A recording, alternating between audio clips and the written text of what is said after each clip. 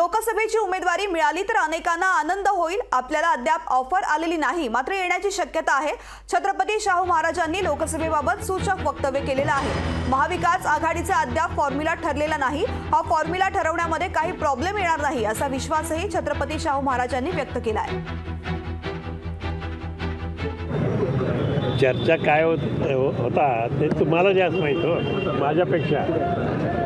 पण आता जसं आपण सांगताय तसं तुम्हाला कितपत खात्री आहे की मिळणारच उमेदवारी? मी कसं काय सांगणार त्याच्याबद्दल काही? तुमचा अंदाज काय? आमचा अंदाज लोकांच्या मनामध्ये आहे की महाराजांनी उमेदवार करावी आणि निवडणूक लढवावी। सर्वसामान्य मतदाराचं असं मत आहे कोल्हापूरच्या। त्या दृष्टिकोनातून वाटचाल आपण करूया ना सगळे मिळून।